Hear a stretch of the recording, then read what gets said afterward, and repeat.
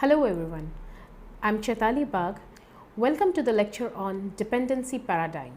This lecture is a part of your paper on development communication. In this module, we will discuss the dependency paradigm that came into existence during the early 1970s as an action to the dominant modernization paradigm.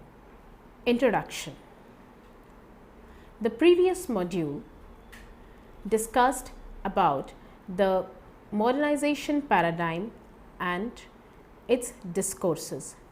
The dependency paradigm emerged during the passing phase of dominant paradigm and the occurrence of new alternate paradigm. Development is a complex phenomena. We have come across a number of concepts about development in the previous modules, dealing with paradigms in development communication. Interestingly, during the passing phase between the dominant paradigm and emergence of alternate paradigm, different interpretations have been offered by the Western and non-Western development theorizers about the phenomena of development and underdevelopment. The modernization paradigm defined development in terms of economic growth, but dependency paradigm defines development mainly in respect of political decisions and freedom. Dominant paradigm of modernization had become tested and implemented in Western countries and found to be successful. Unlike the modernization paradigm that was successful in United States and parts of Europe, dependency paradigm emerged in the Latin American countries and other third world countries that used the labor and raw materials for the welfare of the dominant states. Dependency paradigm signifies the goals and ambitions of the new nations and their social, economic and political aspirations. United States and Europe, this paradigm represents the self-determination of the third world developing nations to establish themselves in the international community of developed nations. The dependency paradigm played a significant role in the movement for New World Information Order during the late 1960s and early 1980s.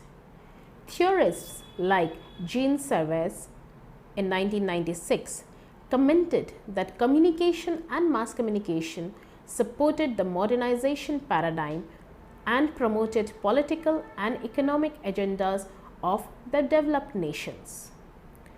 On the other hand, the role of communication in the dependency paradigm is quite submissive to the developed nations. So, in the coming up paragraphs, we will have an illustrated understanding about the dependency development model and its different discourses. At the end of this module, you will be able to differentiate between modernization and dependency paradigms. Emergence of dependency development paradigm. The indicators of development like per capita income offered by the modernization paradigm did not quite sufficiently provide information about the quality of life of people of developing nations. By the mid-1970s, the evaluation reports of the modernization model of development clearly showed that the consequences of its implementation were far different from what was expected. Factors like state bureaucrat and capitalist elite were dominant in the modernization paradigm. The modernization paradigm benefited the developed well-off classes.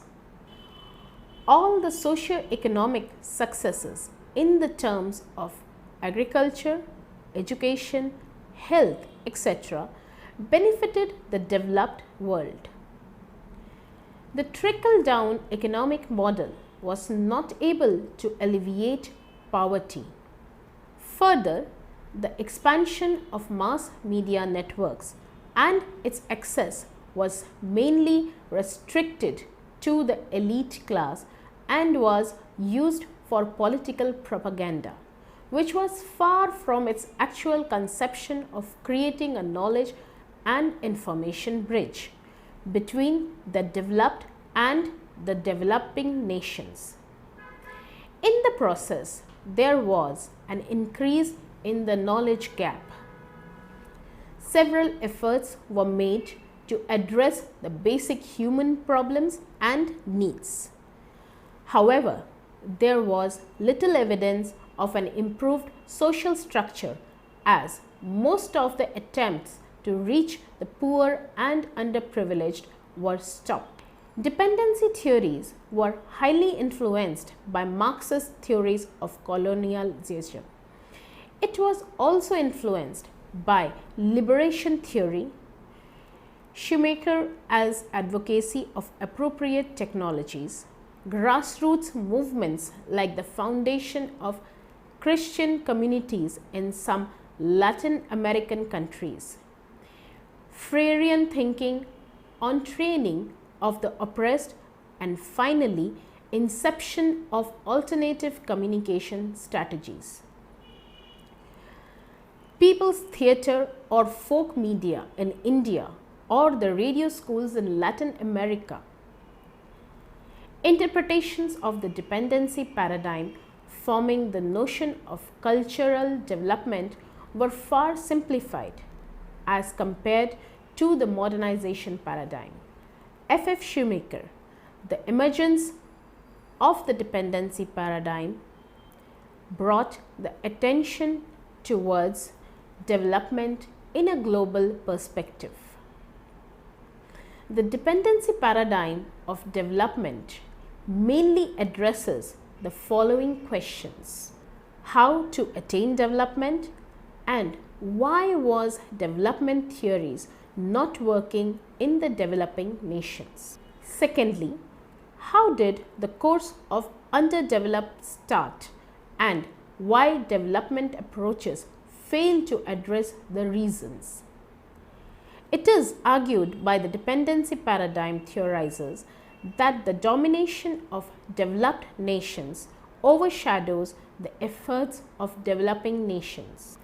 We have seen above that the recipients of the modernization paradigm were the big powers like financial sectors and multinational corporations at the international level. Even if it helped the developing nations, as in the case of improved health facilities resulting in low death rate, it brought with it its share of problems like shortages and overly taxed food resources, because food grains were imported in massive scale from the developed nations. Dependency theorists also criticize the power imbalances resulting because of the dominant paradigm. Every sector of the third world nations became dependent on the wealthy countries. For instance, for existence of media, a developing nation had to import technological software from the media-rich nations. So, dependency paradigm came into existence as a reaction of these inequalities and underdevelopment of third world nations caused by the modernization paradigm. Dependency paradigm emerged with the main concern of finding the reasons of underdevelopment and backwardness of the third world non-aligned countries.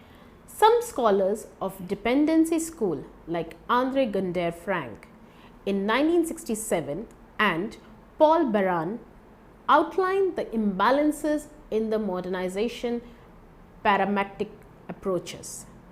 They opined that underdevelopment is not relatively distinct from development and are byproducts of same process. The theorizers maintained it throughout that underdevelopment was a consequence of the development of North America and Europe that treated the underdeveloped countries as satellites or peripheral states, and the exploitation of the satellites made them flourish economically. This is the perspective Frank argued that underdevelopment is generated by the same historical processes that created capitalist development in some nations, and it is not because of the existence of capital shortages or isolations from the superpowers. So, these statements give a new perspective of defining underdevelopment. Now we will look at the attributed causes of underdevelopment and the efforts of the developing nations to overcome it. Reasons for underdevelopment and efforts by developing nations.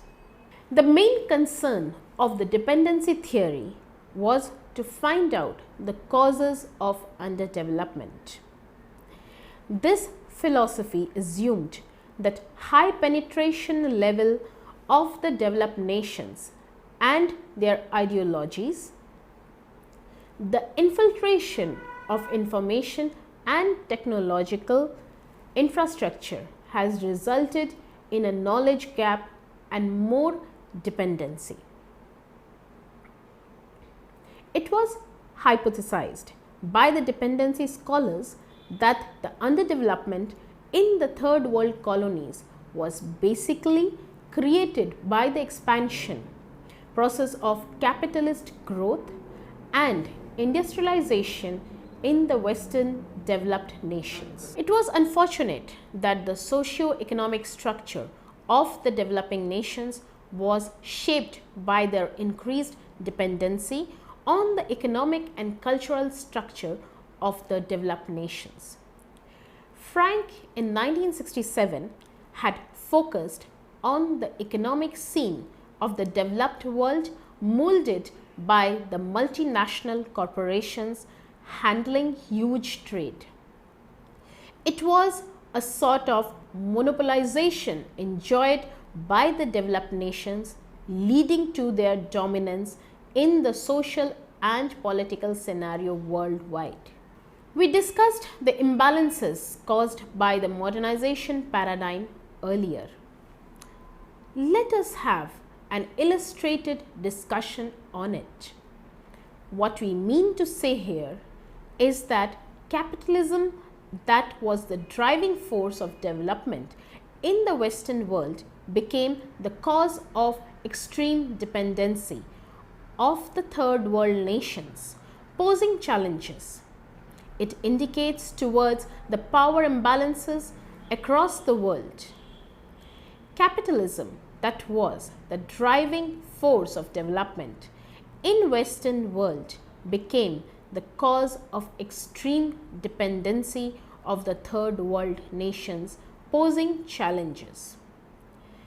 The dominant paradigm of modernization also assumed that the underdeveloped colonies bear a resemblance to the early stages of history of European nations. The modernization paradigm limited the position of the third world nations to that of satellites of the developed countries. The focus of dependency paradigm was solely to measure the internal as well as external factors of dependence of the developing nations. It noticed disparities in the international business and trade and helplessness of the developing nations in terms of technical and information assistance. The major reasons cited by the dependency paradigm for the underdevelopment of the poorer nations are the imbalances in the existing economic orders that increased the impoverishment of the poorer nations. For example, the position of the third world nations turned from being exporters of cultivated products to importers of large-scale food grains to meet the internal demands. Countries like Nigeria and Mexico were reduced to positions where they have become the importers of grains like wheat and rice worth $1 billion, making the food supplies overpriced with taxes. Further, the so-called hallmarks of modernization and development presumed by modernization, urbanization, and industrialization have resulted in greater migration from rural to urban areas. We are aware that migration issue is not only causes population congestion but also leads to shortages of resources. The Western world controlled the media circle and the content created, suggesting towards cultural and information colonialism. The developing nations increasingly became culturally dependent and were deprived of adequate information required for growth. Further, the process of industrialization affected the indigenous cultures of any community. Throughout the discourse, the dependency theorists maintained that the consequences of the development of Western nations like Europe and America caused the underdevelopment of developing nations. They argued repetitively that economic exploitation for achieving economic growth in the developed world caused underdevelopment of the third world nations.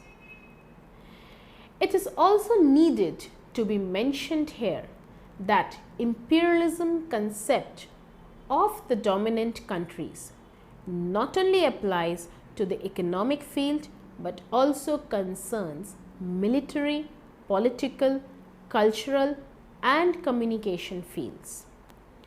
Frank in 1969 had proposed several propositions in the imperialism theory.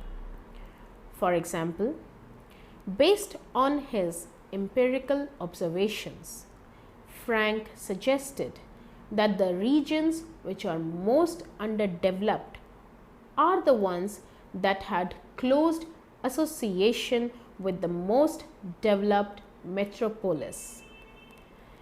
So, if we try to put the attributed cause of underdevelopment in the developing nation, we can say that factors that led to the progress of economically advanced countries were equally responsible for the worsening situations of a developing country. The developing countries have attempted to overcome the problems of underdevelopment by achieving self-reliance. Interestingly, self-reliance is not something that is done through collective participation and substitution. The developing nations attempted to curb excessive import and currency flow in the transnational level. But it is unfortunate that none of the strategies to achieve development through self-sufficiency have worked. Role of communication in dependency paradigm. It is argued by the theorizers that the communication pattern in the dependency paradigm is recognized with ideological domination of the developed nations. Mattelart in 1983 observed that the ideological domination and aggression appears when the international industrial corporations enter the political sphere with their economic logic. Armand Metelat said the multinational corporations exercised power over technological as well communication sector. These transnational giants, by selling sophisticated technologies, created a myth that only mass media and its advanced technologies can contribute to the processes of overcoming underdevelopment. Mass media of the developing nations were controlled by this multinational company. Thus, the selection of the media content, both news and entertainment, was biased towards serving the imperialist interests and portrayals of class conflicts, were minimalistic in the media content. Undeniably, in the dependency model, communication served the resolution of spreading only the transitional interests and goals. It is argued that in a way, mass media diffuses the lifestyle and culture of the developed nations into the developing countries, and that intensifies social inequalities between the advantaged and the disadvantaged.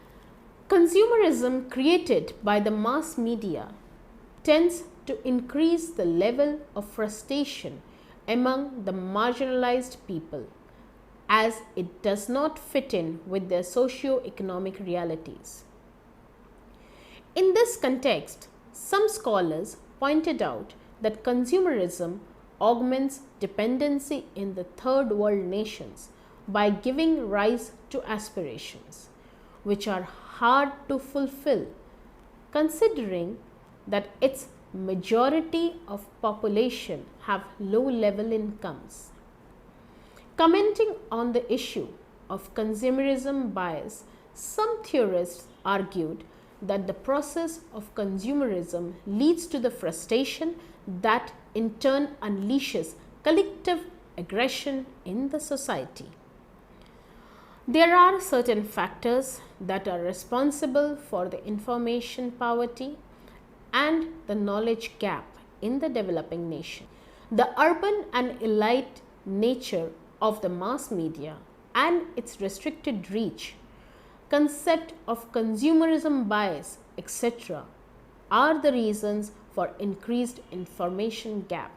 The knowledge gap or the information poverty suggests weakened ability of the mass media. Mass media is just like any other social institution, and we have observed so far can reinforce the social inequalities in a developing country. Cultural dependency theorists also pointed out that expansion of the information and communication services in the social structure supports social inequality between sections of privileged and underprivileged people. In the earlier dominant paradigm of development, the knowledge gap remained mostly unexamined. What we mean by the information gap is that the sections of the population belonging to the higher economic status acquire the information provided by the media at a much faster rate than those belonging to the lower economic strata. One point needs to be clarified here is that information gap or lower access to information does not necessarily mean absolutely uniformed. It basically implies to relatively lower access of knowledge.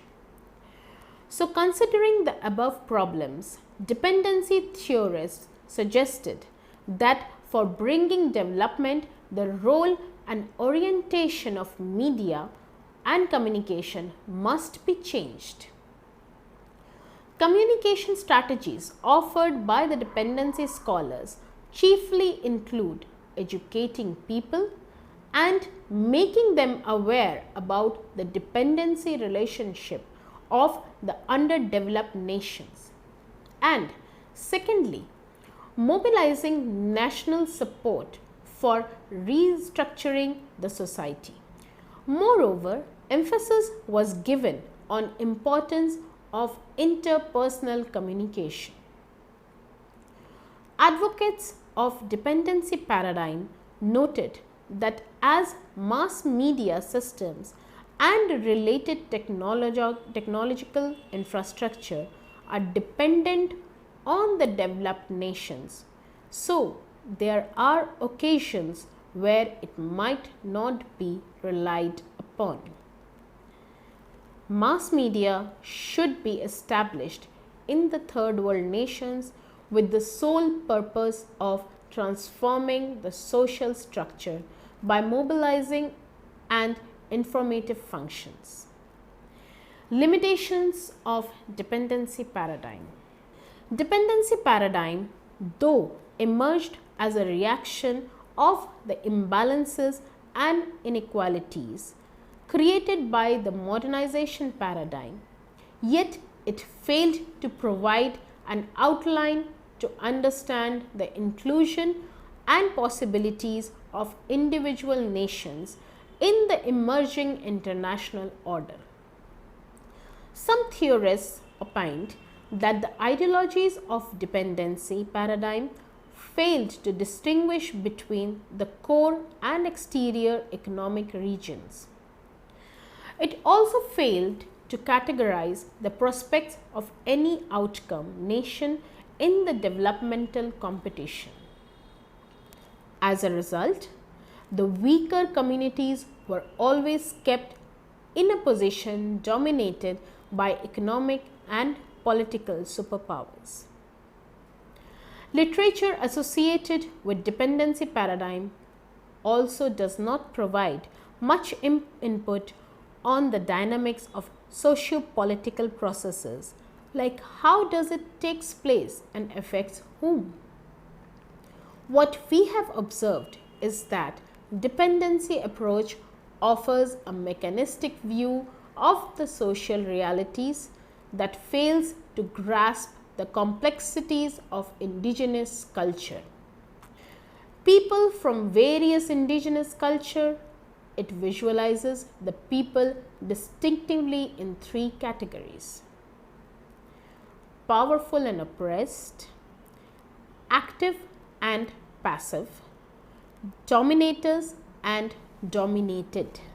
Further, scholars have also critiqued that dependency paradigm emphasized on the concept of nation rather than the development of micro units like social class. Cultural dependency theorists stressed on the factor of non-participation of the larger dominated society. They stressed that the ideologies of the dependency paradigm served the interests of the local systems of government that are more or less compatible with the larger industrial communities.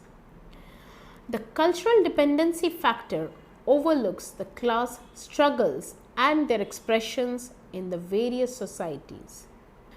Anti-imperialism became the primary matter of concern of this approach.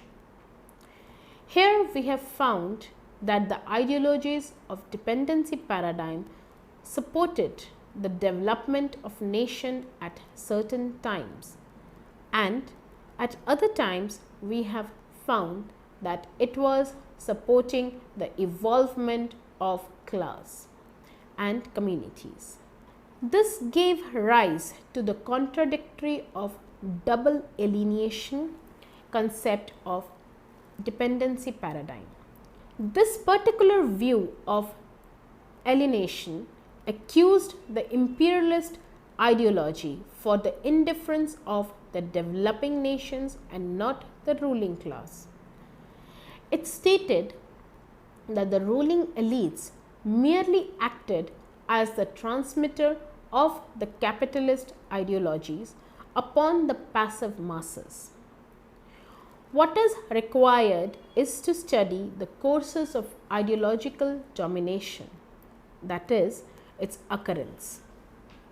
We also need to understand that ideology is basically the function that is carried out by the state authority for assurance of the domination process. It is understandable that ideology serves the interest and objectives of the local authorities. The dependency paradigm failed to make a radical appeal to the laborers and peasants of the third world nations. The consequences of dependency theory did not make the nations poorer developed, rather it made them more dependent in the sectors of finance, technology, capital goods, etc., on the advanced nations, leading to the increased underdevelopment. Conclusion. In this module, we have learned that dependency paradigm emerged as an alternative of the modernization paradigm of development. The assumptive basis of dependency paradigm traces its history during early 1970s. We have understood that the modernization paradigm was supportive of the Western capitalist economy and development of the elite class.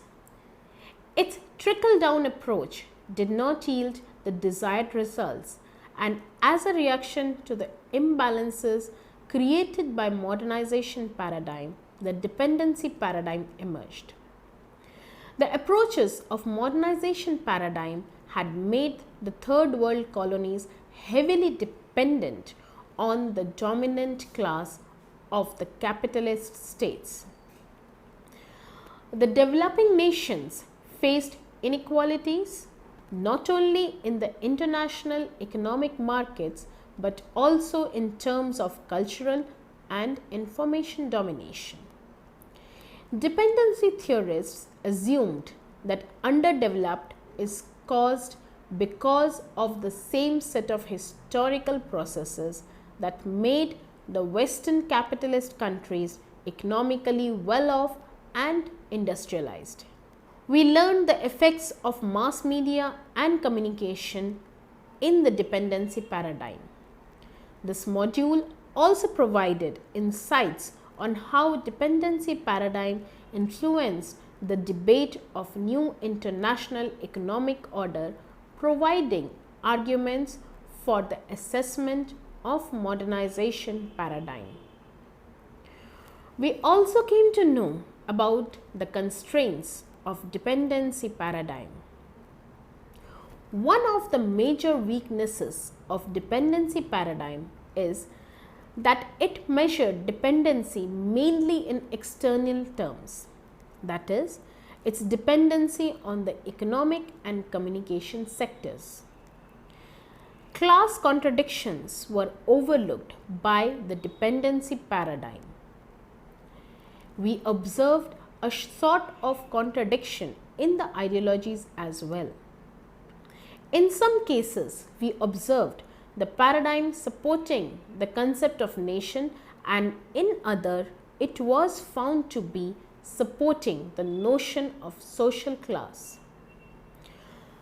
We can say dependency theory explains the realities and facts of the underdeveloped nations in the global framework. However, there is heterogeneity in the literature of dependency paradigm, and there is an ongoing debate over the theoretical doubts of this model. For more details, please read the module carefully and attempt the questions given at the end of each module.